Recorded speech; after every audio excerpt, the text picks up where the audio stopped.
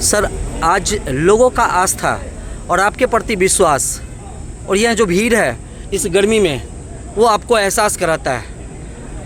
और आपने जो लड़ाई पूरी की है उसके बारे में बताएं। और जिन जिन राज्यों में जितने भी स्टेशन के माल गोदाम की सूचना है, आप टोटल बता सकते हैं कि पंजाब में इतने, जम्मू कश्मीर में इतने। जी, सबसे पहले मैं आपका सब लोग शांत हो जाइए। सबसे पहले मैं आप मीडिया बंधुओं का धन्यवाद करना चाहता हूं कि आपने रेलवे माल गोदाम के मजदूरों की आवाज़ को देश के सामने प्रस्तुत करने के लिए जो आज की सभा में आप उपस्थित हुए हैं, उसके लिए भारतीय रेलवे माल गोदाम श्रमिक संघ आपका अभिनंदन करना चाहता हूँ। मैं आपको बताना चाहता हूँ कि रेलवे माल गोदाम के मजदूरों के हक अधिकार के लिए उसके जीवन में कोई परिवर्तन आ सकता है, उनको भी आज़ाद देश में आज़ादी की अनुभव हो सकती है। इस बात का संकल्प 1998 में इस संगठन के राष्ट्रीय महामंत्री श्री अरुण कुमार पासवान जी ने लिए थे कि हम रेलवे माल गोदाम के मजदूरों को उनकी आज़ादी दिलाने का काम करेंगे, उनका सही वेतनमान, उनके बच्चों का भविष्य। इसके लिए हमारे राष्ट्रीय महामंत्री जी ने रेलवे डीआरएम से लेकर के जीएम से लेकर के संसद भवन तक घेराव करने का काम किए। 37 दिन तक धरना प्रदर्शन,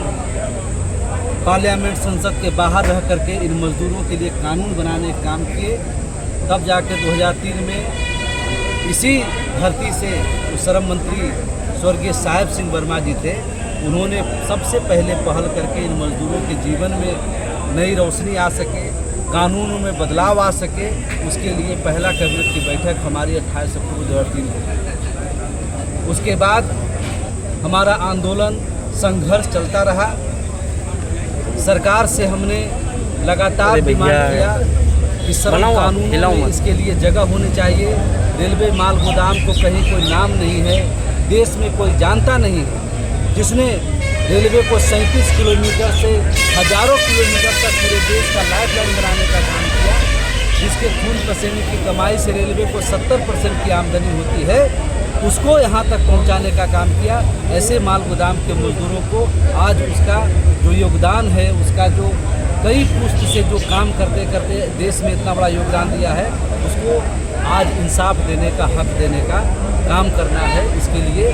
2020 में 4 लेबर कोड के रूप में सरकार ने लाने का काम किया और पहली बार रेलवे माल गोदाम के मजदूर को उसमें शामिल करने का काम किया। पहली बार संगठन के माध्यम से ई श्रम पोर्टल में मजदूरों को रजिस्ट्रेशन किया गया। पूरे हिंदुस्तान में कितने रेलवे माल गोदाम के मजदूर काम करते हैं, उसका पूरा डाटा जो है सरकार के समक्ष संगठन ने पेश करने का काम किया। आज का जो ये सभा है, आज जो कार्यक्रम है, जो आपको लोगों के चेहरे पर खुशी का अनुभव हो रहा है, वो इस बात को दर्शा रहा है कि लंबी समय से जो हम अपनी मांग रख रहे थे, जो लड़ाई लड़ रहे थे, उसको आज धरातल पर उतारने के लिए भारत सरकार ने जिस दिन आतंकवाद के खिलाफ हमारे देश में पाकिस्तान पर 6 तारीख के 12 बजे रात के बाद जो हमला हुआ था,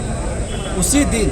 6 तारीख को रेलवे माल गोदाम के मजदूरों के जीवन में परिवर्तन करने का भी पत्र भारत सरकार ने जारी करने का काम किया। आज आपने हमारा इस कार्यक्रम को देखा, सुना, रिकॉर्ड भी किए होंगे। इस कार्यक्रम में मैंने पूरे हिंदुस्तान के मजदूरों को, खास करके हमारा जो इस कार्यक्रम के संयोजक और नॉर्दर्न रेलवे का अध्यक्ष हमारा भूपेंद्र है, पंजाब प्रदेश, हरियाणा प्रदेश सभी पदाधिकारी उपस्थित हैं। अगले सप्ताह में हमारे हरियाणा, पंजाब, दिल्ली,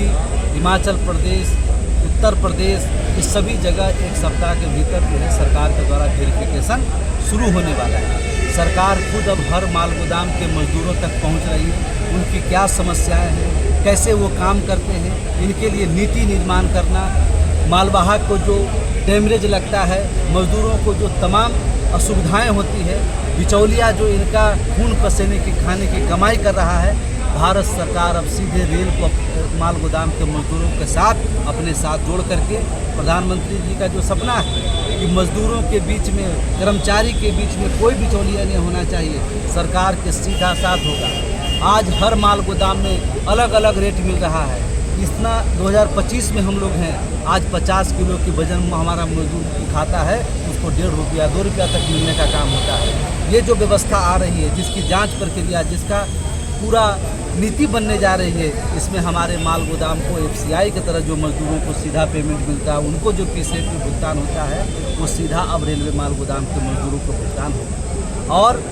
साथ ही साथ इनके बच्चों के लिए जो इनका आने वाला भविष्य है, वो हमारे मजदूर भाइयों के बच्चों का शिक्षा, तमाम सुविधाएं जो है इनको लागू होने का काम होगा। और इसके लिए मैं भारत सरकार को, आदरणीय प्रधानमंत्री जी का, देश के वर्तमान श्रम मंत्री और इससे पहले जो संतोष गंगवार जी थे, जिन्होंने एक बड़ी उपलब्धि हमको दिया, माल गोदाम के जीवन, मजदूरों के जीवन में परिवर्तन लाने का रास्ता उन्होंने हमको दिया था। और मैं वर्तमान श्रम मंत्री मनसुख मांडविया जी का अपने संगठन के सभी रेलवे माल गोदाम के मजदूरों की तरफ से धन्यवाद करता हूं। रेलवे बोर्ड के सतीश कुमार जो चेयरमैन अध्यक्ष हैं, आईडी ऊपर कीजिए, और वर्तमान रेल मंत्री अश्विनी वैष्णव जी का भी धन्यवाद करता हूं, जिन्होंने इस बात से सहमत हुए कि रेलवे माल गोदाम के मजदूरों की नीति निर्माण करना है, इनके बीच पहुंच करके इनकी सारी समस्याओं को नोट करना है। और भारत सरकार ने पूरे हिंदुस्तान के हर प्रदेश में इस कार्य के लिए पदाधिकारी नियुक्त किए हैं। जिला स्तर के पदाधिकारी, प्रदेश स्तर के पदाधिकारी और डिवीजन स्तर के पदाधिकारी नियुक्त किए हैं। आज मुझे सबसे बड़ी खुशी इस बात का है कि एक मजदूर का बेटा, जो भूपेंद्र यहाँ बैठा हुआ है, मैं भी मजदूर का बेटा हूँ, यहाँ सभी लोग मजदूर के बेटे हैं, कोई पूंजीपति का बेटा नहीं है। जब इस मजदूर का बेटा को भारत सरकार की तरफ से फोन आता है कि आप बताइए रेलवे माल गोदाम, कौन कौन सा माल गोदाम में हमको विजिट करना है, कौन वहाँ कोऑर्डिनेटर होंगे, कौन वहाँ पर सब कुछ होंगे, तो आज सरकार ने जो इस मजदूरों के जीवन में